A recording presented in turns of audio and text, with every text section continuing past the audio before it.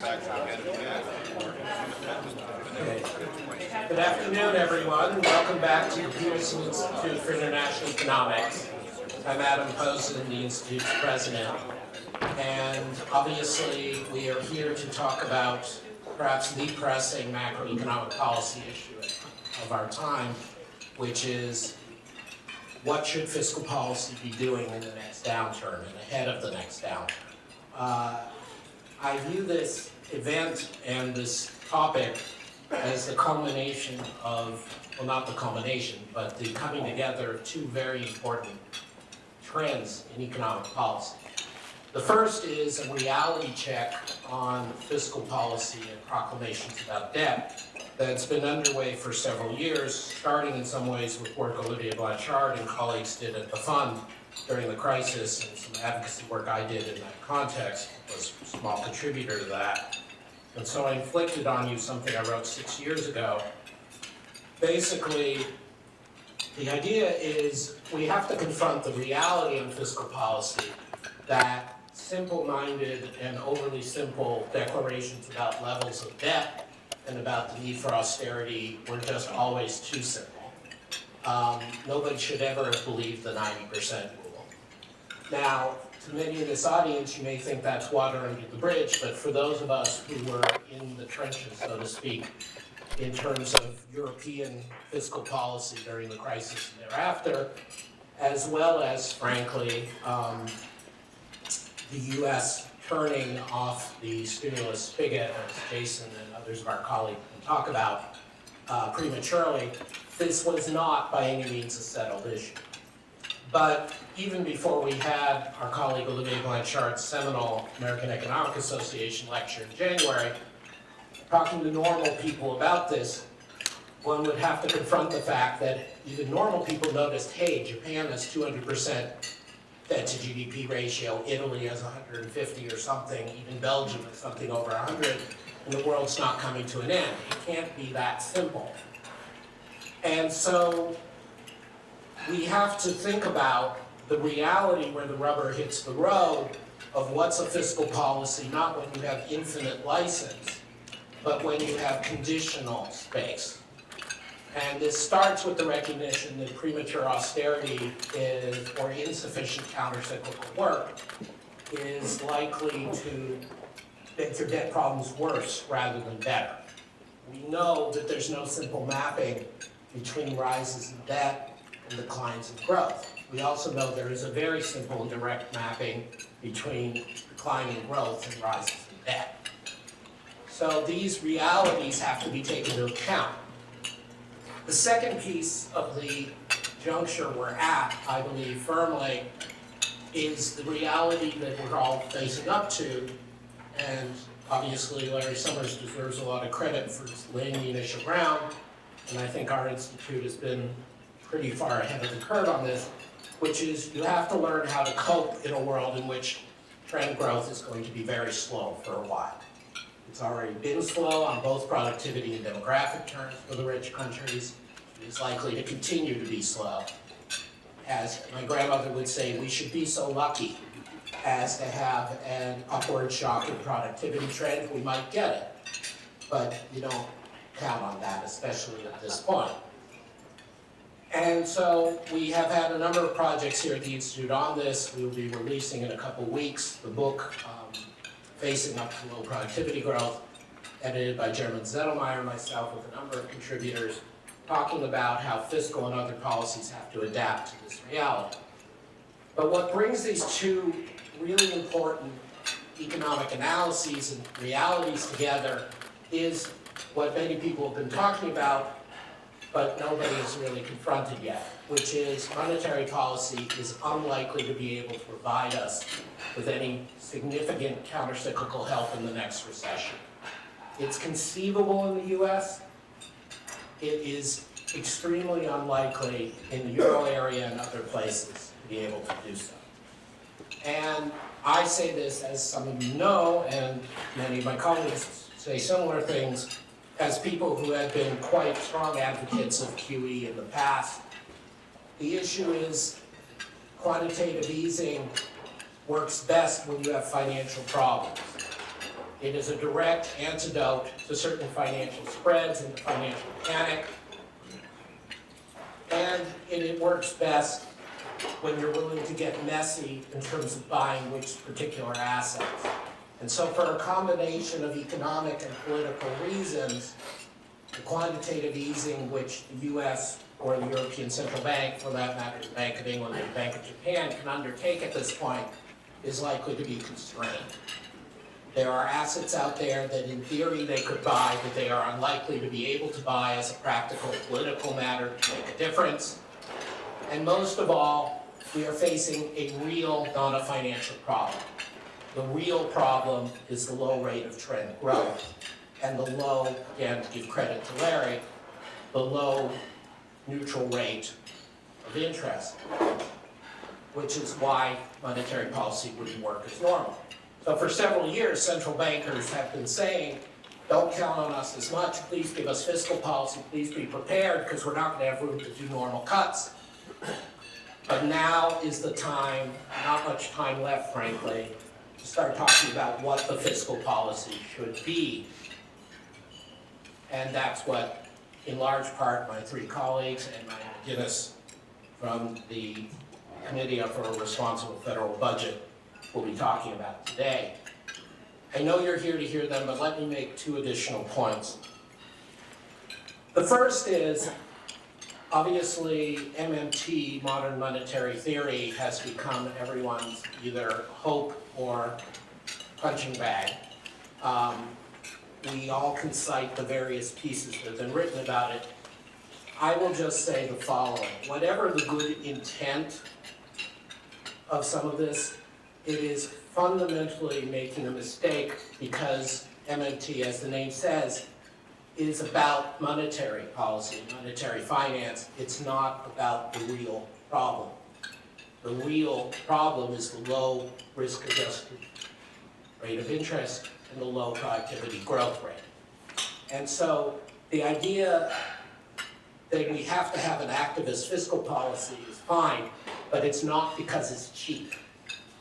It's because R is less than G. It's not a monetary question. And then we can all list the 5 or 6 reasons why MMT doesn't make sense as a monetary policy. But the second point that this brings us to, in my view, and I'm very pleased to see colleagues around the world, including at the IMF Fiscal Department, but elsewhere, even in the Bundesbank, starting to say, we got to get into what is the actual fiscal policy. And this is one of the dirty little secrets, that part of the reason we haven't had great fiscal policy proposals is because it's so much easier to talk at a macro level, and it's so much easier to be a central banker. Trust me, I know. My job was much easier than Jason's, for example. My past job. My current job's harder than Jason's current job. Because ultimately what this is about is it can't just come down to saying we need some fiscal stimulus, make it happen. It matters what the return on the fiscal stimulus is.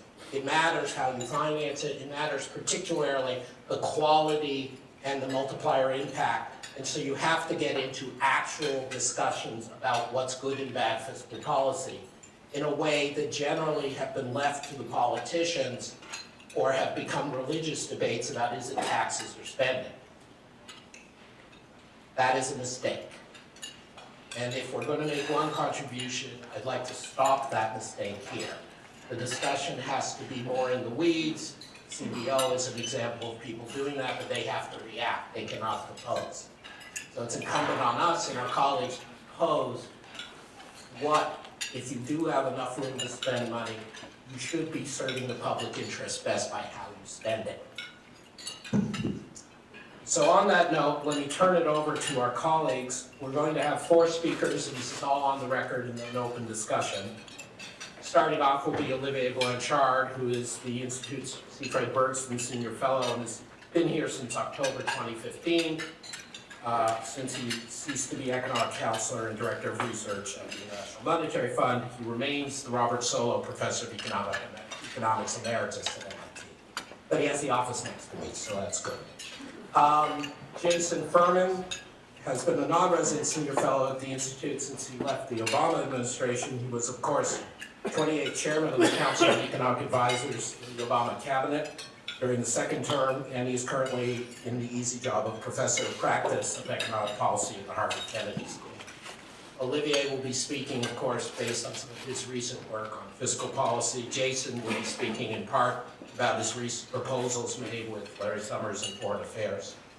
We then turn to an old colleague of ours, Angel Ubide, who's managing director and head of economic research and global fixed income at Citadel. He's worked 2 decades in the financial services industry, but he was also a senior fellow at the Institute, first part-time and now full-time, then full-time, from 2009 to 2016 when we lost him to the siren call of markets. But he's done important and influential work on European policy, and we're delighted to have him broaden our discussion. The final speaker on the panel, and again, I want to thank her for joining us, is Maya MacGuineas, President of the Committee for Responsible Federal Budget, as well as the head of the campaign to fix the debt. Maya has both worked on Wall Street and at Brookings. She's a political independent, and she and her committee have earned the term responsible because she is both an advocate for responsibility and makes very responsible assessments and claims, if I may be allowed to say so. And we respect her and her committee's work as peers in the struggle to make fiscal policy make sense. So without additional comments from me, we will go through the 4 speakers' presentations and then open it up for on-the-record discussion with this distinguished audience. Thank you all very much for joining us. Olivier. Okay. Guys, can I get before I leave? Sorry about that.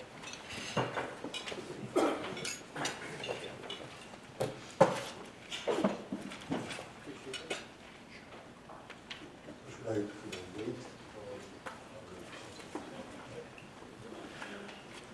That's why the chocolate's hard. Slides, please.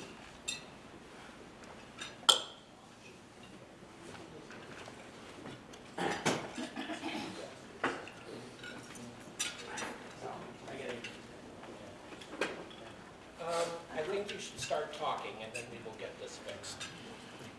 Good. I have 3 slides. The first one is to summarize the basic argument I developed in my PIIE address a month ago. I apologize to those of you who have already read it, heard it. Some of you may not. So I'll do that. There are 2 reasons why economists worry about high public debt. The first one is the fiscal cost, which is that you have to pay the interest on the debt, and that leads you to increase taxes, and these taxes are distortionate. They can be large, and that's costly. The second is welfare cost, which is that when you issue debt, you crowd out capital. For a given saving, more of saving goes to debt than to capital. And presumably that's bad because capital is productive, and therefore you have less output in the future. I think these are the 2 dimensions we have in mind when we worry about that. So what I argued in my PIIE paper is that we are now in an environment in which the interest rate is less than the growth rate, and it is forecast to be so for a long time. Absolutely sure, but most of the forecasts 10 years out still have the interest rate that the governments in advanced economies pay to be less than the growth rate. And in that environment, both worries kind of go away. The first one on fiscal cost, if the interest rate is less than the growth rate, then as a matter of arithmetic, you can just issue debt and never repay it, never increase taxes, because debt will go up at rate R. GDP will go up at rate G, and G is greater than R, then the debt to GDP ratio will slowly decline over time. And therefore, the fiscal cost may, in this particular case, actually be 0. On the welfare cost, that's a different issue. What matters there is how productive capital is, because if you have crowding out of capital, then clearly, if it's very productive, then it is costly. But the question is, what is the rate of return on capital that we should be looking at? Well, it's basically the risk-adjusted rate of return on capital. Like that it's risky should be taken into account. And what is the risk-adjusted rate of return on capital? Well, it is a safe rate. And therefore it is also very low. So if you take this as a signal of how much we value capital, then even the welfare cost, the crowding out, may actually not be a major issue. In my paper, I went further and I showed that in fact, even if the fiscal costs are zero, the welfare costs are probably positive, given the state of the US economy, but they're not very large. And so the bottom line was, debt is not catastrophic. It is bad. I want to insist on that.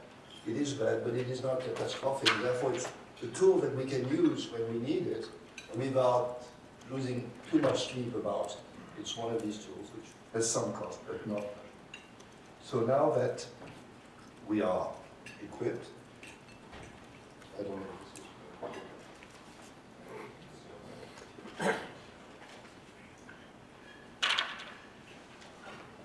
Hang on one second.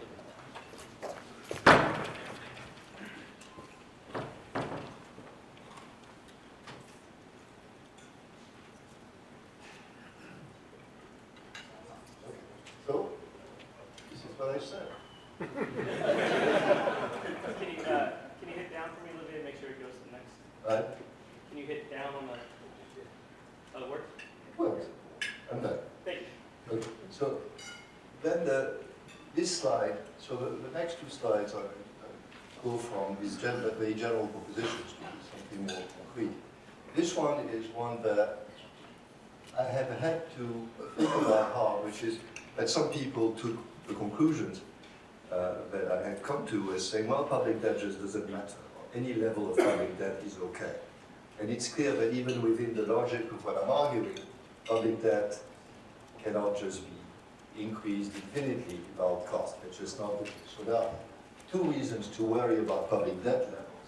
The first one is the crowding out, which is as you increase public debt, and we know that there are primary deficits which are going to further increase debt in the US, you crowd out capital, which means that the rate of marginal product of capital goes up, that's capital, and all the rates will go up. So there's a limit to how much debt you can issue before R becomes greater than G, and then you're in a different world. So that's kind of a traditional argument, but that gives you a sense of, and there is an upper bound. What this upper bound is, I think, is something we really do not know.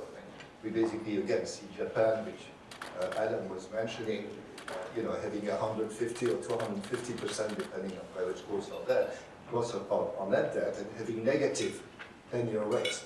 So it's clear that it's not a mechanical relation, but we have to assume that if we were to really decrease capital a lot, then all the rates would go up. The other reason is, even if we leave aside crowding out, R is a random variable. It can go up, it can go down, and even in the sample that I looked at in the past, although average R is less than average G, there are times that R is greater than G for close to a decade. And so, in this case, you may actually find yourself in a situation in which R is greater than G, and you have to raise taxes in order to maintain the debt to GDP level. That's not a sure thing, that's a possibility. In this case, how much you have to increase taxes will depend on the level of debt that you have at that point, right? If you increase debt to 300%, and then suddenly the interest rate goes above the growth rate by 2%, and suddenly you have to find 6% of GDP suddenly to basically keep the debt to GDP constant. So you have to take into account the uncertainty of the rate. That leads you to be more prudent than you would otherwise. So the bottom line is no, it's the higher the debt, the worse it is, but the last line is really the important one, which is that we have focused on these so-called these magic numbers. With 60% for Maastricht, with 90% for Reinhardt and Rogoff, and these are just not the things to look at. We can basically, and Japan shows it, we can surely go higher, but how much higher, we don't know. But we cannot just say, let's just ignore the debt levels at all. So with this, let me go to the last slide.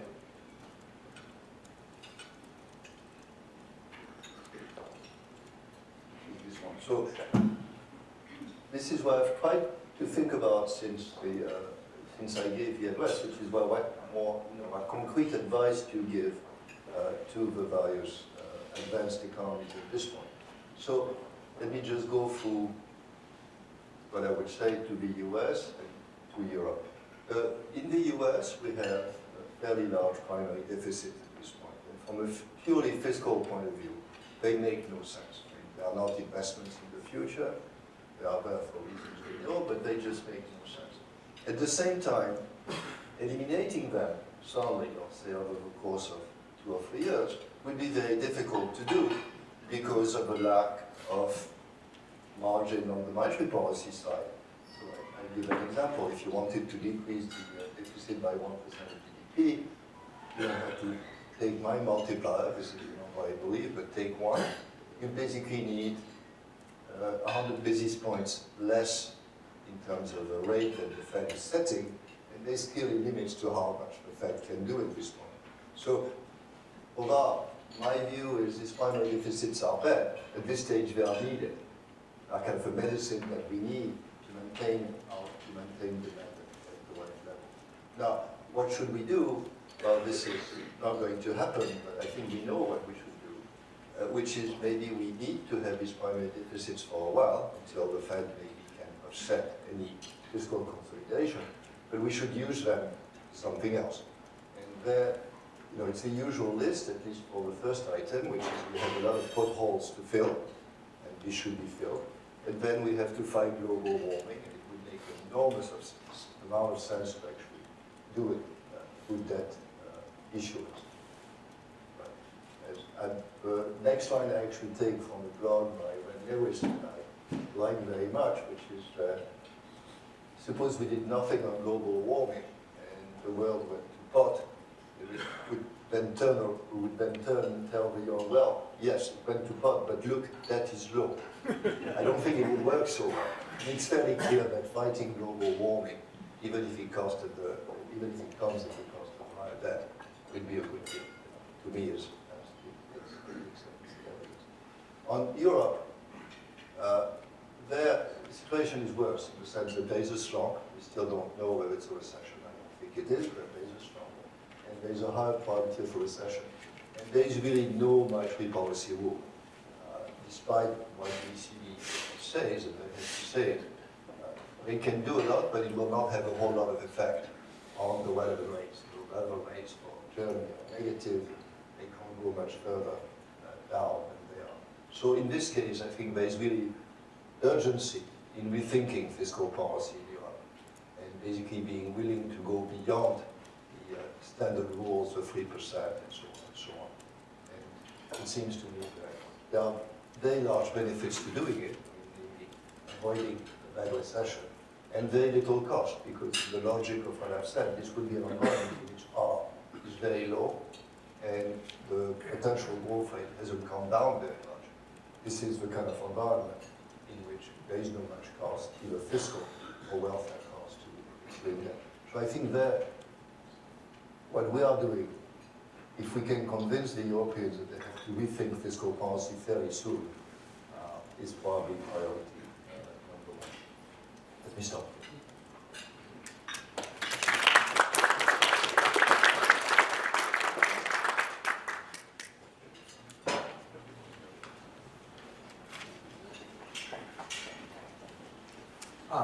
Thanks so much for the opportunity to come here, the opportunity to discuss this incredibly important issue. And I have only one slide. The one slide is Foreign Affairs is a wonderful place, and I'm really glad that they let Larry and I publish our piece about the deficits. We wanted to include just one table in that piece, and they said no. We asked again, they said no, and we threatened to publish elsewhere. They finally let us have that table, and so I thought I'd put that, share that victory with all of you. Here it is. In the year 2000, if you can all recall, one of the major economic challenges of our time was that we were paying off the debt too quickly and worried what we would do without safe, liquid financial instruments. That's one of the few economic problems that we've definitively solved. But the debt projection was the debt was on track to go down to 6% of GDP. In 2000, there was a treasury auction for 10-year tips at 4.3% that they ended up trading. Now the debt is expected to go to 105% of GDP over the next decade, and last year tips were 0.8%. So that is just an enormous, enormous change. It's the change that Olivier was just talking about. And it's the type of change that if you haven't updated your thinking and you're saying exactly the same lines, making exactly the same points you've made year in and year out, you're missing something about the world. There have been a few other changes that are important. The growth rate, Adam talked about growth rate being lower. That's definitely true relative to the expectations we had a decade ago.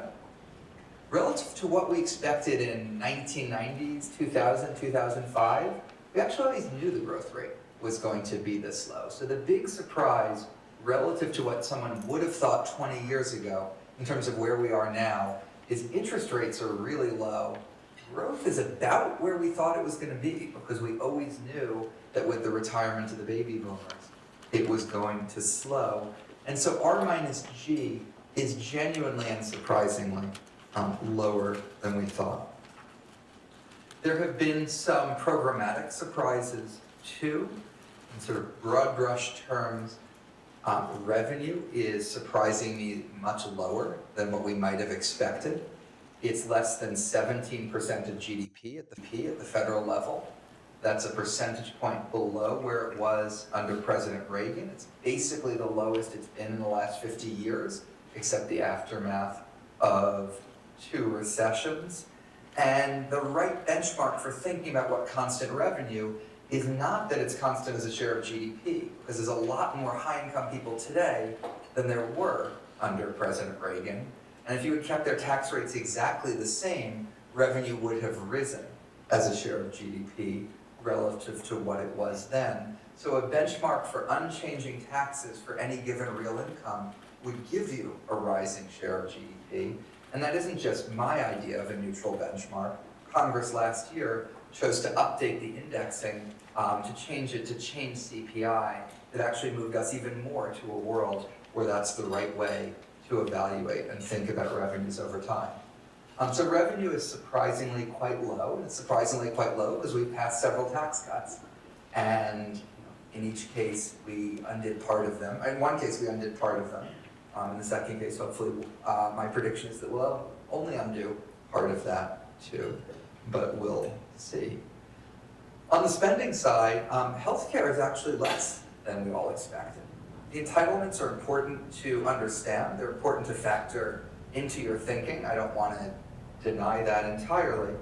But again, the surprise has not been that there's more older people now than there used to be. The surprise is that we're spending less on healthcare per person than we expected to. And in fact, Medicare in one recent year actually went down year over year in nominal terms. That's particularly surprising. Again, here you can sort of argue over the right benchmark over time.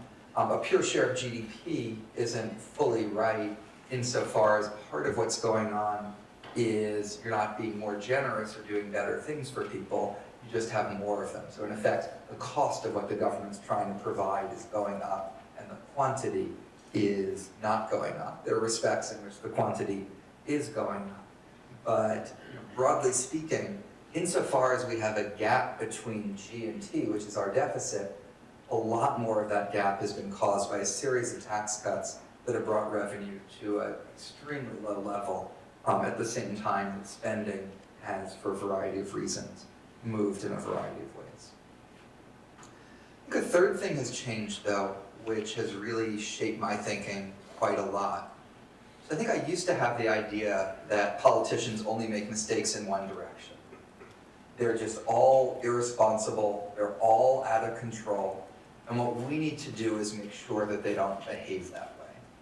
And if that means overemphasizing the cost of deficits and underemphasizing some of the points I just made about lower interest rates, so be it. It's a bit of a noble lie because it's the only way to make sure we end up in the right place.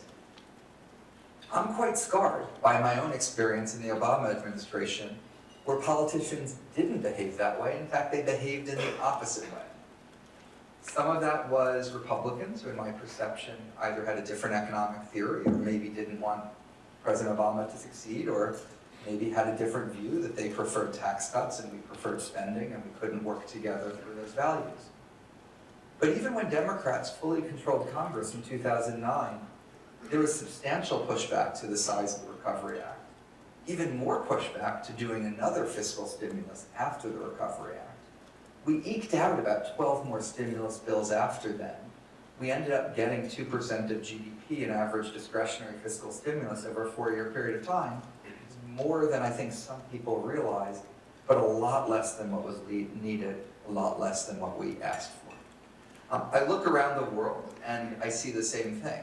I see a lot more countries that are making mistakes of being willing to deficit spend too little rather than too much. Germany, which may be slipping into a recession, sticking to effectively its balanced budget, being one example. Now you could say that I'm overrating my own personal emotional experiences from the year 2010, and I should get over it. But I think the recent history in some ways is a more relevant example and a better predictor of what matters over the next decade, which is what I'm speaking about in terms of public policy, than some assessment over a longer period of time. And that's because part of the problem we faced was that monetary policy was at the effective lower bound, and that is very, very likely to be the case in the next recession. So I don't think you want to look at the political economy of fiscal policy 40 years ago to inform your thinking about today. I think the recent experience is the most relevant for the type of economic circumstance we're going to be in going forward. So those three things have changed. One, the economy in terms of interest rates. Two, the underlying policy in terms of a lot of tax cuts and spending being sort of mixed. And three, the politics that I think there is as much danger that people are too averse to deficits as there is of the opposite. Based on that, what should we do going forward? I agree with Olivier, and I don't want to put words in Maya's mouth, but I suspect I agree with her, that debt isn't good. The less debt, the better, everything else being equal. If we could wipe off all of our debt and do that in a way that was credible and didn't involve defaulting on all of our creditors, we'd be in a better position. Public policy has to do cost-benefit analysis, and it has to say what is the cost of reducing the debt and what is the benefit of reducing the debt. On the benefit side, more debt makes you more vulnerable to a financial crisis, but 80% of GDP, 90% of GDP, 150% of GDP in a country like the United States, I'm not sure how large that difference is. And if we want to do optimal fiscal policy, I think it's quite an awkward fact that none of us had any clue as to where the debt to GDP ratio should asymptote to. 40, 80, 150, none of those are obviously problematic to me, but I'm not sure. Infinity, probably problematic, and I'm willing to say policy should try to avoid that.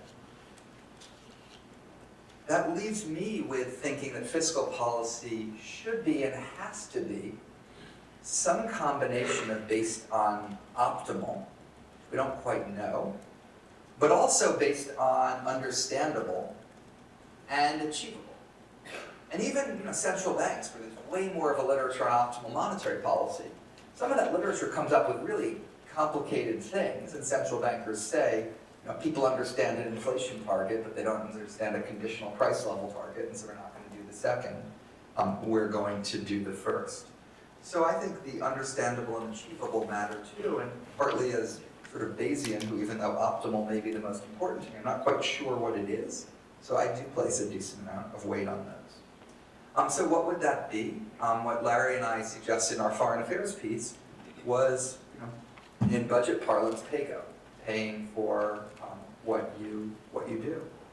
And I think that has a macro benefit of it at least prevents things from getting worse. It puts us in a better position. I would say, when you do that, that when it comes to Social Security reform, I wouldn't use that as a pay for. So that's about 1% of GDP in deficit reduction you essentially have on the books at some point in time. Maybe you would apply the same thing to Medicare. And so this is actually quite a tight test. You can argue over whether you should pay for the tax cuts when they expire, if you took the stance that you should. You do that, plus Social Security reform, you're building a lot of deficit reduction into the system, but you're not making it the major goal and focus of economic policy, the way it was in the late 1980s or early 1990s, when interest was much higher as a share of GDP than it is now, the way it was during the whole Simpson years in the Obama administration. I think there's some micro benefits to that as well.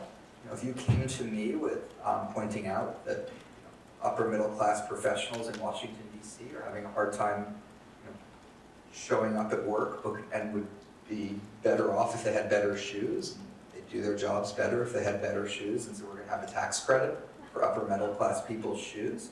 Absent a budget constraint, it's going to make the world better off because some bunch of people have better shoes than they have otherwise. With a budget constraint, something like that doesn't pass a cost-benefit test. And I think it can be hard for the political system to do cost-benefit tests and do them well when you just present an idea. I think by having PAYGO separate from any macro fiscal consequences, it gives you a way of saying, if you did that and you did the pay for and you put them next to each other, do you still like the idea quite as much as when you looked at it on its own? So I think there's a sort of macro prudence to this. It has more deficit reduction built in than some have appreciated, and I think it helps you budget in a more responsible way. We've gotten, and this may be our fault for the way we've written it, a certain amount of praise from people, 90% of which I agree with, but I think missed this PAYGO point, and as I said, that may have been our point. And we've gotten a certain amount of blame from people who went out and supported the tax cuts in 2017 and supported the tax cuts last time. And I just think if you're out there actively supporting legislation that's raising the deficit, maybe you're not in the best position to criticize someone for PAYGO unless you think that's too fiscally responsible, in which case you should be clear about that. I would conclude by saying I think a lot of these issues are especially important in the United States. Automatic stabilizers the power of them is roughly proportional to the size of your government as a share of GDP. The larger your government, the greater your automatic stabilizers. Which is to say we have quite a small government compared to others, which means we have quite small automatic stabilizers. I think we should be doing more to improve those automatic stabilizers.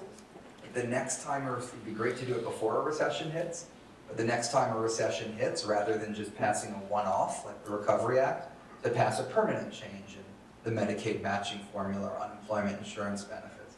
Use it as an opportunity to say, even if our government stays smaller as a share of GDP, it'll be more responsive to the cycle. But even if we do that, I think we're going to need a lot of discretionary fiscal stimulus going forward, and making sure that people are going into the next recession understanding that, not overly emphasizing and distorting the agenda with what I think is no particular urgency on deficit reduction, but in the meantime not making things worse and digging the hole would be the right policy stance to take for the United States right now. Thank you.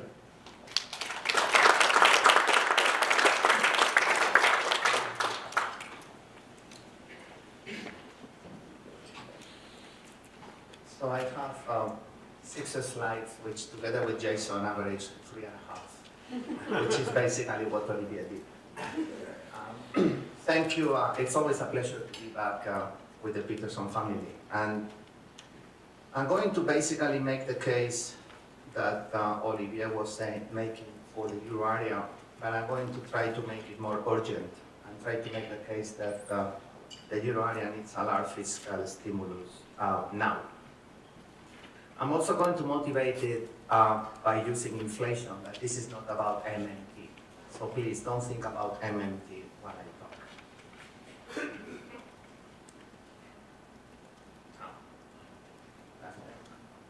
Press down. Okay. So that's the chart that motivates my talk. And I feel I'm repeating myself really for those of you who have been following some of the things I've been saying, but it just gets worse every year. Inflation is simply way, way, way too low in the euro area. And let me give you 2 examples. If you look at the chart on the left, what you have there is the term structure of inflation swaps. So essentially, the inflation expectations derived from financial markets. In the horizontal axis, what you have is 1 year inflation expected in a year's time, 1 year inflation expected in 2 years' time, and so on and so forth. The euro area today is the red line. As you can see, it never gets above 1.5%. Just for comparison, the blue line is what the euro area was during 2005, 2006, when we thought there was price stability. The green line is the US today. So essentially, inflation expectations in the euro area are at least 50 basis points too low, probably more than that, with respect to the objective of price stability. Another way to look at it is the chart on your right. All the talk that the Fed is doing now about price level targeting or something similar to price level targeting. So there is where the euro area fares today. The dark blue line is what would be equivalent to 2% inflation starting in 1999, which is when the ECB started to operate. The light blue line would be headline inflation accumulated since then. So they were meeting the 2% inflation objective until a few years ago. The purple line is core inflation. And as you can see, there is a big, big gap in core inflation. Now, what does that mean? If you look at the bullets at the bottom, it essentially means that core inflation in the euro area over the last 5 or 10 years has been 1%. So no wonder that inflation expectations are low. Inflation expectations are adaptive. They respond to whatever the policymakers do. It relates to what Jason was saying. We were worrying about central bankers being too inflationary. What we had in Europe at the end of the day is that policy was probably too tight. So let me show you the other side of it, that is fiscal policy, which is the topic of today. The monetary policy of the ECB has been very aggressive. But what happened was that fiscal policy hasn't. You can see that on the chart in 2 different ways. The blue line is the cyclically adjusted primary balance over the last decade. Higher means tighter policy. So what you can see is there was a big tightening of fiscal policy during the crisis, and then it essentially has been flat. Now, the corollary of that is what happens with the saving investment balance, which is the current account, which is the red line. The red line shows that there has been a big increase in savings over investment over the last several years. In other words, the euro area as a whole probably is saving too much. And that is the reason why inflation is too low. So the risk here is that once we consider the policy mix in its entirety, that policy is too tight, and there is a risk that inflation expectations may become entrenched, they may become too low. And so my point is that today, the euro area needs a fiscal expansion that is large enough to generate an inflation overshooting that will reverse this inflationary trend. Now, I can already hear people saying that there is no fiscal space. Well, this basically goes back to Olivier's paper. I went to the AMECO database from the European Commission, and I calculated R minus G for the euro area as a whole. That's the blue line. And you can see 2 periods that are in the yellow boxes. The period 2004-2007, and then the period 2014-2018. Why am I selecting those? Because those are outside a financial crisis, and I'm assuming there is no other financial crisis of the dimension that we saw coming over the next 20 years. What you see there is that the average R minus G was basically either 0 or a little bit below 0. It was minus 0.2% in 2004-2007, minus 0.7% in the last 5 years. Today is minus 1.4, which is the end of the blue line. Now, this corresponds to 2 different levels of the debt to GDP ratio. which goes back to what Jason was saying. In the first period, debt to GDP ratio was around 65% of GDP, and we still got 0 R minus G. In the second period, we had a debt to GDP ratio at around 90% of GDP, and R minus G is even more negative. So essentially what the markets are saying, and don't blame just monetary policy, because if monetary policy had been very successful and it was generating inflation expectations, I can assure you that market interest rates would be higher than what they are today. What markets are telling you is that there is plenty of room for fiscal policy in the euro area when you do it at the euro area level, and you can afford it because R minus G is negative. And just to give you examples, I put the numbers also for Germany and Spain to give you the sort of the two extremes of the range. Right now, R minus G in Germany is -2, which also explains why Germany is doing so well fiscally, whereas in Spain it's essentially 0. So even a country like Spain, which is barely now in the safe space, according to markets, has an R minus G that is essentially 0. So the point I'm trying to make, more analytically if you want, is basically summarized in that table. That is the point of symmetry that Jason was making. I wrote a book here when I was still a fellow called The Paradox of Risk, where I basically made the case that being too conservative can be risky sometimes. And I was happy to read that Larry Summers, in a recent op-ed in the FT, essentially said the same thing. It's the irony of our moment that prudence requires the rejection of austerity. In other words, being too austere today is not being prudent, it's being risky. So how should we think about it? We don't need to get to MMT or anything like that. I think we just need to use common sense. So I tried to summarize it on that table. There are 4 states of the world and 2 policies. The states of the world are whether inflation is above target, at target, or below target, and combine it with interest rates that are positive or 0. And then you have 2 policies, monetary or fiscal. So on the first row, I think everybody would agree. When inflation is way too high, you have to tighten fiscal policy, and it needs to lead. It needs to generate an overshooting on inflation to the downside. Remember what I just said? And fiscal policy should help by also being tight. Nobody would disagree with that. Well, come to the bottom row, it's exactly the same thing, just changing the sign of where inflation is.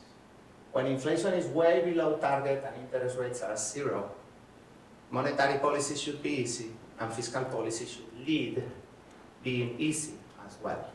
And that's where Japan has been for a while and where the Eurozone is today. In between is the gray moderation. And most of us learn economics during the gray moderation. And during that period, yes, monetary policy manages the cycle and fiscal policy does something else, focuses on debt sustainability. But we are not there, at least not in the euro area. And we just need to adopt the policy for the setting that we have, not for the setting that we would like to have. So what would a well-designed fiscal expansion do? And I insist on well-designed. It could do 3 good things. One is it would boost demand and raise our star. Let's reduce savings. That's what we need. That makes also monetary policy more powerful by helping monetary policy becoming easier with respect to neutral. It could increase potential growth by reducing hysteresis, but also by increasing the incentives for technology adoption. There is an interesting paper just published by Diego Comina, co-authors, that essentially they show that one reason why investment has been weak in the euro area has been because fiscal policy has been too tight, and it has limited the adoption of new technologies at the firm level. It makes some sense. If governments are not optimistic enough to invest, why should the private sector do it? And then the third point, it will reduce inequality, because if we run the economy hot, those who benefit are those at the lower end of the income distribution. That's what Alan Kruger paper Jackson Hole last year essentially showed for the US. Now, how could the ECB help? Here is one proposal. The ECB could adopt a more aggressive forward guidance, committing not to raise interest rates until inflation is at or above 1.5% on a sustainable and credible basis. Essentially making sure that R stays below G while this operation is in place. So how to do it? I took the first bullet point from the famous 3 T's that characterized the fiscal expansion in 2000, and I guess it was 9. Back then we were saying it has to be timely, targeted, and temporary. My point is that now when we are starting with interest rates at 0 and inflation too low, it should be timely, which is now. It should be targeted, which is to do public investment, defined as activities that increase potential growth, not just bricks and mortar. And it should be persistent. Why should it be persistent? First, because it avoids the issue of shovel ready. It avoids the issue of legislatures are not going to be fast enough.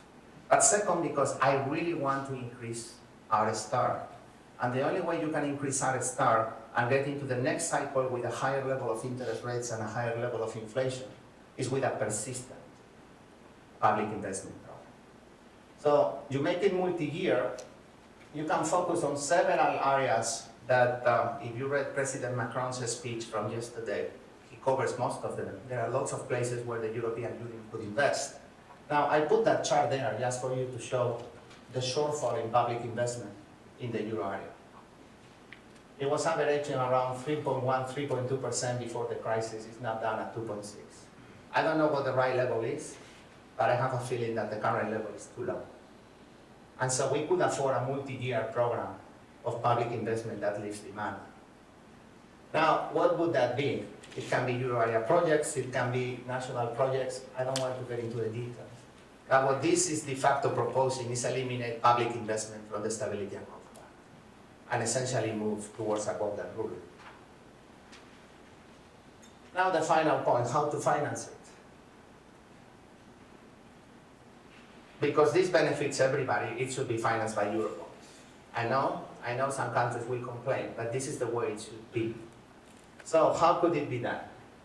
There are a few options. I wrote a paper a few years ago. I called them stability bonds. Jeremy Zettermeyer here and Alvaro Leandro have been proposing a bit of a similar, I would say, option that is the e-bonds proposal that Mario Ponti made a couple of years ago as well. Basically, you have Eurobonds that are issued by a European agency. It could be the ESM, it could be a new agency. These are bonds that are senior to national bonds. How do you make them senior? In my proposal, via transfer taxes. In the proposal that Jeremy makes, probably via contractual clauses. Why backed by taxes? Because that's the way you give legitimacy to it. So you can use transfer VAT, or you can create new euro area taxes. It can be a carbon tax, it can be a digital tax, whatever you want. A ratio of 1 to 5. 1 to revenue to 5 of debt. Why? That's the ratio the US has. 100% debt to GDP ratio, 20% of revenue. That should be enough to give it a AAA. And with that, you can keep the R minus G in the right place. In the paper, I wrote a precondition for this, which I put as optional. Transfer the authority over the national accounts to a European agency. Why? Because the main complaint in Europe about Eurobonds is that people don't trust each other. So put the numbers in a common place. That way you avoid fraud. And then finally, in a steady state, these Eurobonds could grow up to 25% of GDP to finance other activities. So what is the benefit? There are 3 benefits, I think, or 4, if I can count. First one is you avoid for euro area countries to lose market access during a big recession. And so you avoid cuts to public spending, which is the most pernicious effect of a recession. It provides room for cyclical stabilization at the national level. So here I'm essentially flipping the argument that is currently being discussed in Europe. European policymakers are saying, let's create a cyclical stabilization tool for the euro area at the European level. I said, no, let's do it the other way. Let's guarantee the persistent investment, and that creates room for the cyclical stabilization at the national level. It also creates incentives for countries to improve their labor markets. If Spain wants to continue to have 15-20% unemployment, then so be it. If they want to lower it, they can reform their labor market. But this is a way where the cyclical stabilization stays at home. It obviously creates a euro area safe asset. That's it.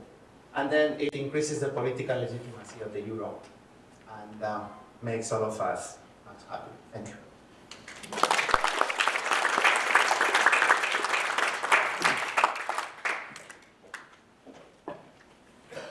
Good, thank you. I do not have slides.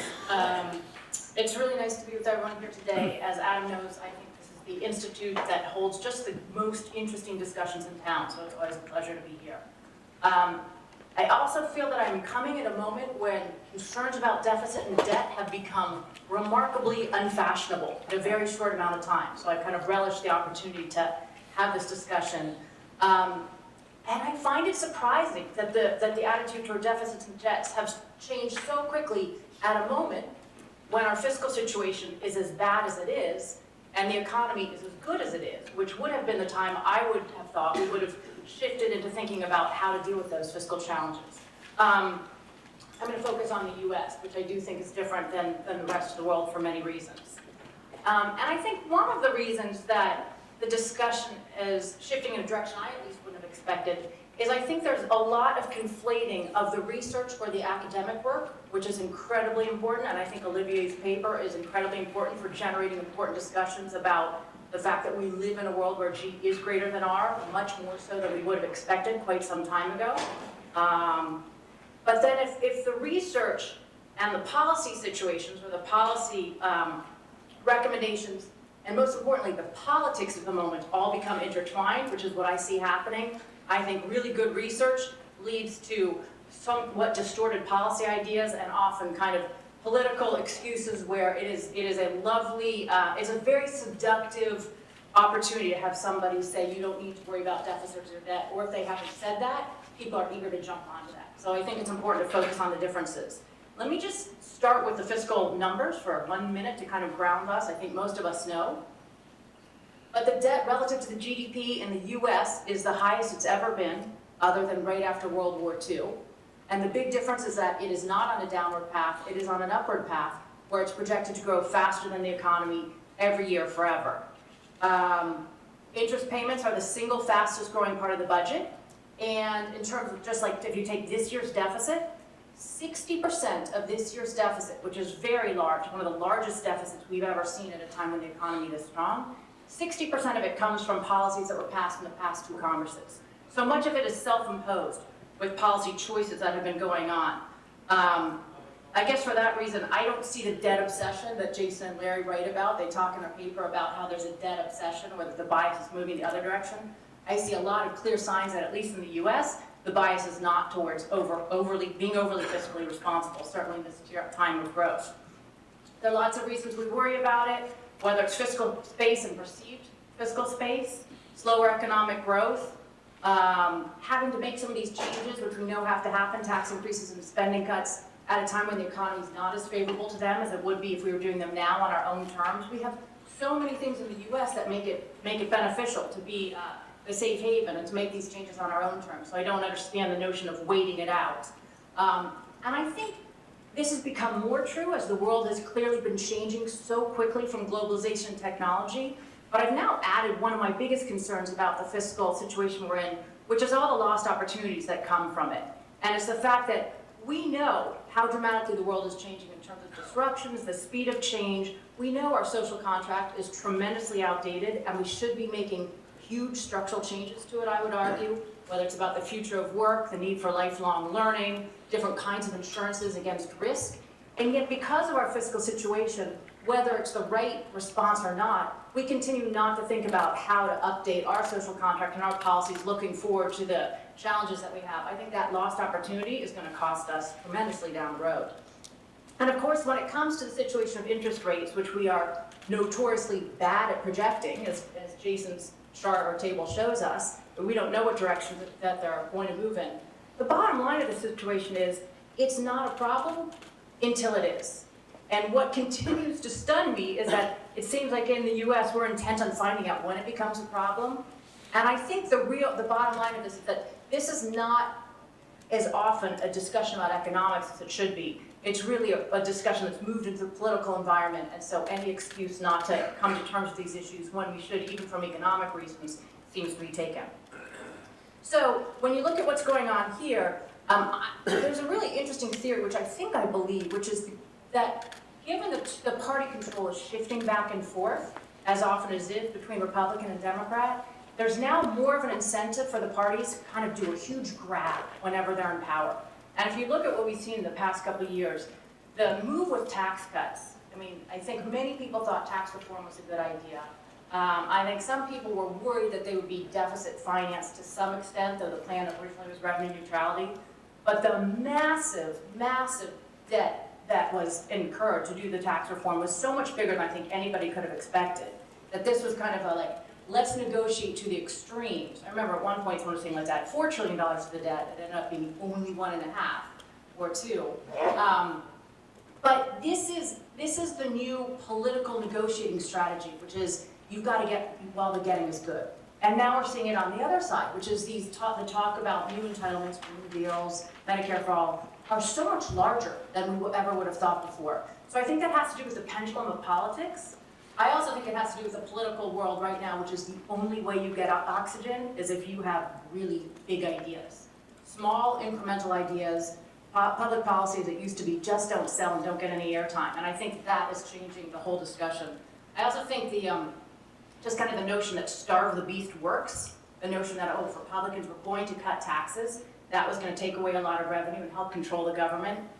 That has been disproved as an effective theory, whether it's what Republicans want to do or not, time and time again, in the fact that we see huge tax cuts tend to lead to very big spending increases, which is exactly what happened right after we passed unpaid for tax cuts. We passed major unpaid for spending increases, to the tune of, if both of those policies are extended, over $5 trillion was borrowed during a period where there was no economic justification for it.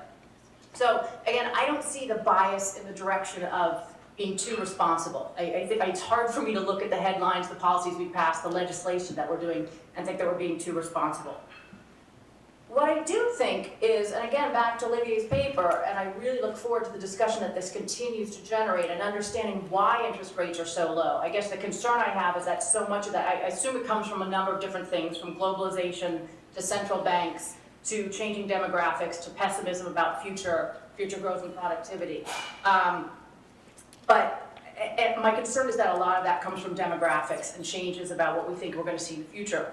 But I think it does offer a real opportunity for more focus on investment spending and reinforces the need for more investment spending.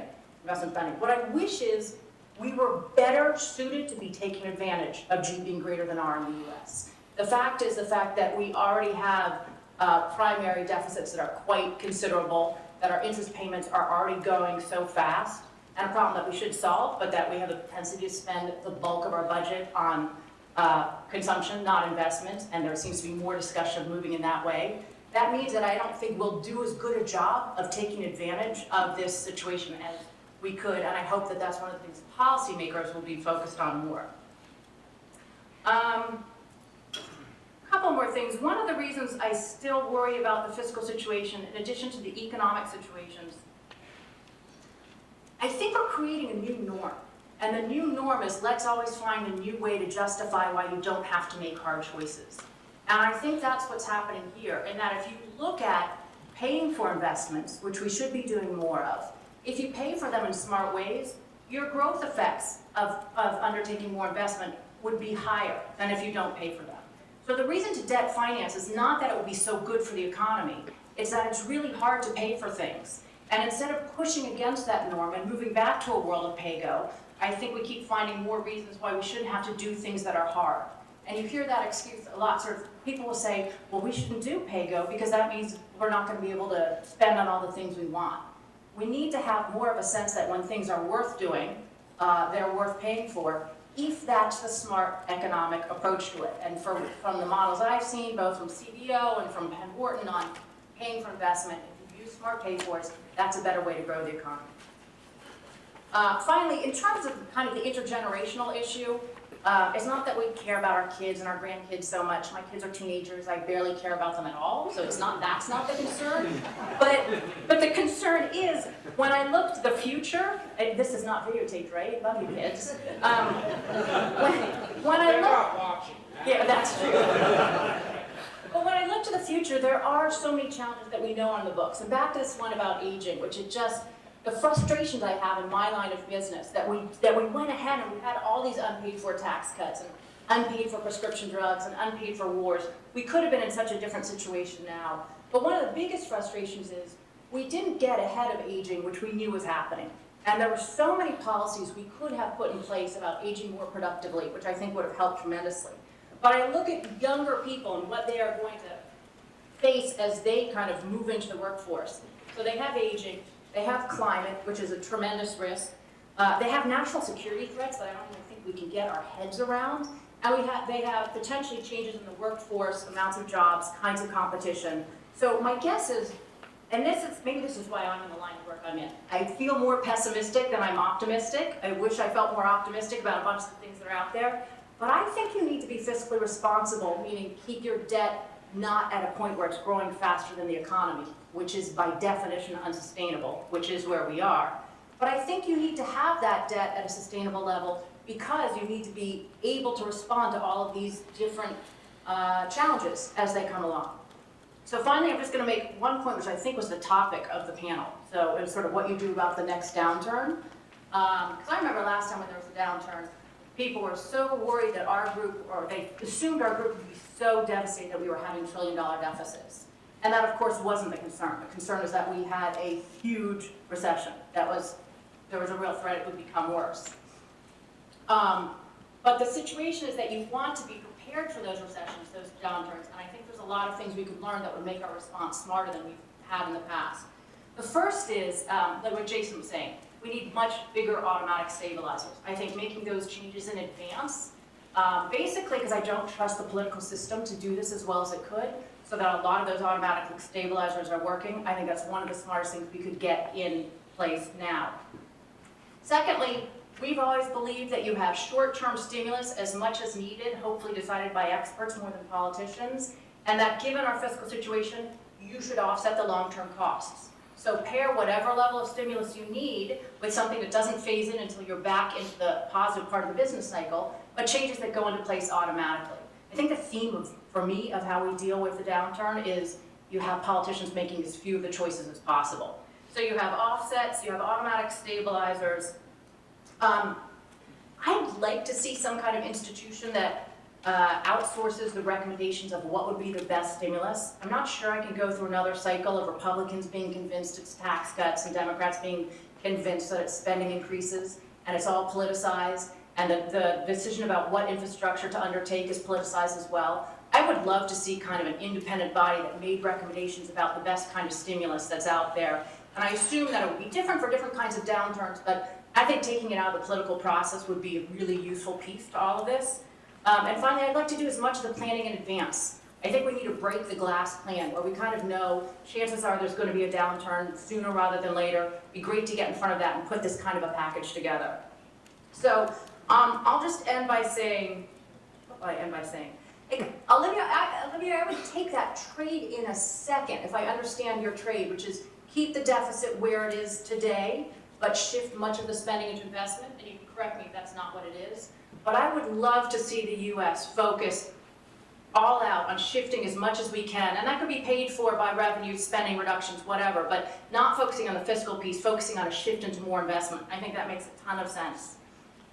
Jason, one of the things in your paper that you recommended was, and you explained it was sort of complicated, that nuance doesn't sell. But you actually said in your paper that the best thing we could do is gradually phase in changes so that the debt's not growing faster than the overall economy. PAYGO, I think, is a great start. The problem with PAYGO is if you have loopholes for certain things, those loopholes turn into other things and other things because every politician is convinced that their thing is a loophole worthy. And if you don't offset the costs of stimulus, that still keeps you on an unsustainable path, plus even more. But sort of the recognition in the paper that we are on an unsustainable path and what would be preferable is to put the debt on a downward path relative to the economy. I agree with that completely, and I think that would be what the goal that we should be putting out there. And in the end, I think the discussion that's going on right now really presents a big opportunity in many other countries, perhaps more than the US. The focus needs to be how we make sure that investment is real investment, but the challenge is that the good research and academic ideas that are being put out there don't get taken in a political environment, which is looking for the Laffer curves and the MMTs and the free lunches of the world and used to excuse everything in a very difficult political environment to get anything that's hard at all done. So with that, thank you.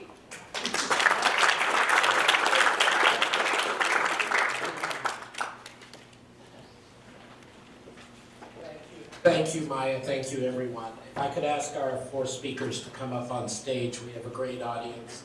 So I will waste no more time. We will open it up for audience questions. Just note, this is on the record. Please wait to be acknowledged. Please identify yourself. There's a microphone up front. There's a standing mic at back. Okay, this lady here. Jessica at the front here. Thank you. Hi, I'm Wendy Edelberg from the Congressional Budget Office. So I have a very short thing that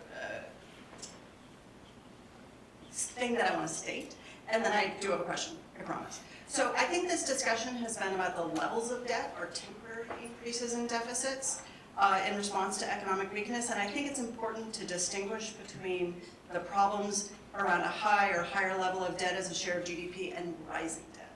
So CBO projects that R is going to be less than G for a time, or a long time, and that puts all the downward pressure on debt to GDP that Olivier talked about. And yet, under our projections, we have rising levels of debt as a share of GDP for the decades to come. A big factor behind that is the rising mismatch between revenues and primary spending or non-interest spending under current law. So I think the trajectory really matters. To the degree that debt as a share of GDP creates the risk of a fiscal crisis, it can't be that it's the level that truly matters, or even that matters at all. It's gotta be the trajectory. And the trajectory under current law is going up without bound. So this is a call for us to be more clear that I think we are talking about the consequences of temporary increases in deficits.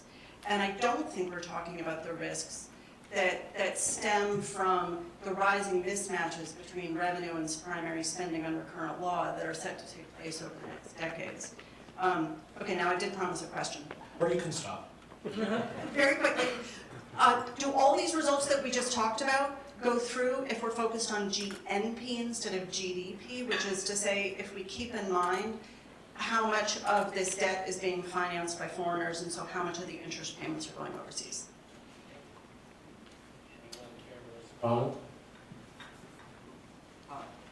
Just briefly, I mean, Wendy, I used to like debt as a share of GDP being sustainable. I'm sorry, at its current level, sort of flat or down as an anchor. That's what we used as our goal for an anchor in the Obama administration. But I have to say, I got a lot of people pushing me, why? How can you explain why it needs to be 80 as opposed to 120 or 40? What's the evidence on a gradual increase over time if you knew you were asymptoting to 120, et cetera? So I just have lost my ability to have any economic conviction at all around that as an anchor. Definitely that we shouldn't go to infinity, that we shouldn't go to too high. I agree with those. Those aren't sufficient as an anchor. And that's why something like PAYGO, and I agree with what Maya said in her comments before, that I think you have to make sure you button down your exceptions. I support dynamic scoring for taxes and for spending. I'd have CBO do it rather than the advocates of whatever idea it is do it.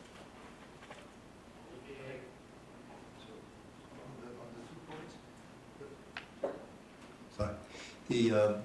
I fully agree that when you look at the debt situation, you have to look at current debt and then the sequence of expected primary deficits and see where it's going. I agree with Jason that there is no number that we have definitely to avoid, but it's dangerous to go to 200% or 300%. So I think the strategy should be to decrease primary deficits at the speed which is consistent with being able to offset the fiscal consolidation through expansionary monetary policy. I think that's a constraint. And if there is a room to basically, loosen monetary policy and then at the same time decrease the primary deficits, it should be done as soon as possible. I think the issue is Japan, which is that suppose you have a chronic insufficiency of demand, and basically without the primary deficits, even with zero interest rates, you still are not exactly where you want to be. Then conceivably, can you basically have primary deficits for a very, very, very long time?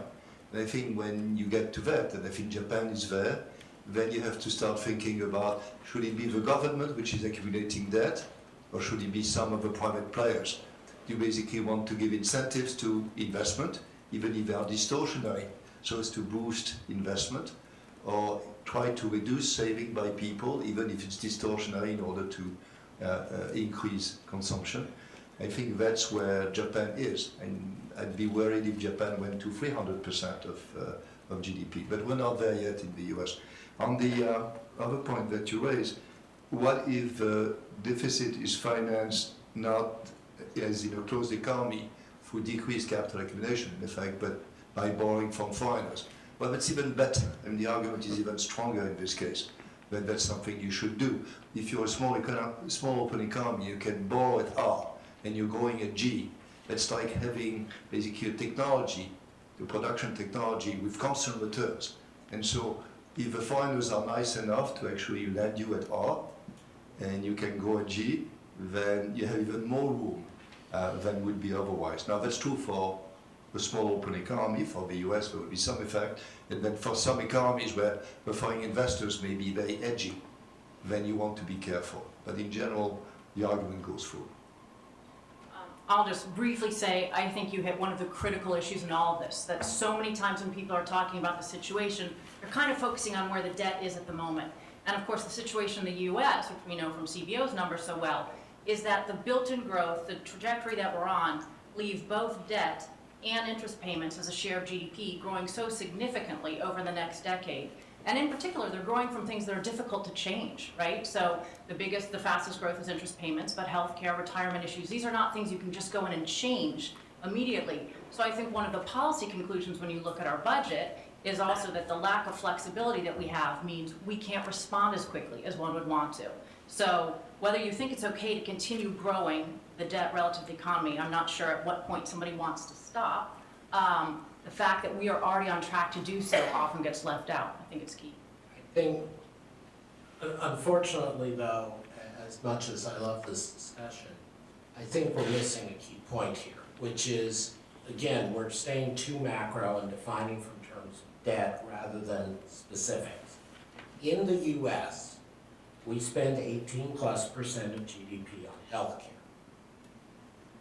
Even if you allow for 90-year-olds getting hip replacement and plastic surgery simultaneously with their specialized preferred doctor and knock a few percent of GDP off that 19%, there's still 5 or 6% of GDP that can be reallocated, since every other civilized society gets the same healthcare results with under 11% of GDP.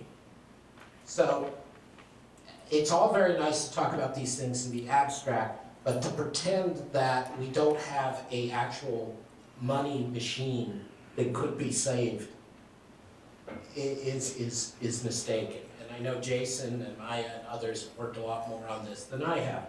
But just again, let's emphasize that one way of taking the Olivier results is to say, since this isn't a time for a terrifying panic that we have to cut everything this second, we can actually talk about what's worthwhile or not and focus on the relative values of things.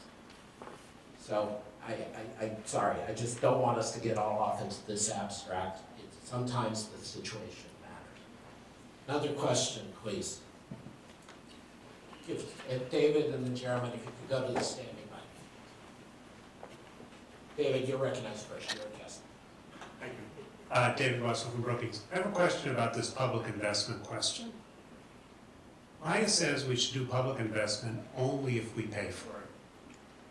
But I understand that Olivier says the opposite, that if it's a good return, we should do it.